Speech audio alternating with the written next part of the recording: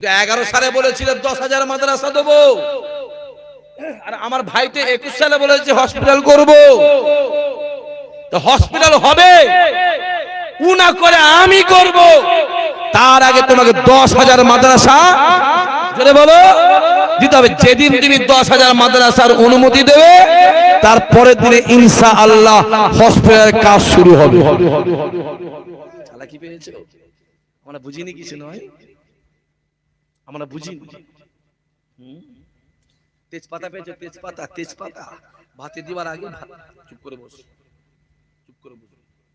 ভাতে দেওয়ার আগে কি করছে? খুব ভালো করে ধুচ্ছে, ধুয়ে যেই ভাতে দিল তারপরে কি করলো? ধরে ছুঁড়ে ফেলে দিল। মুসলমানের তেজপাতা পেয়েছো? তেজপাতা। শোনো, আমার আল্লাহ ইমানদারদের চোখ খুলে দিয়েছে। আরো জোরে হবে না?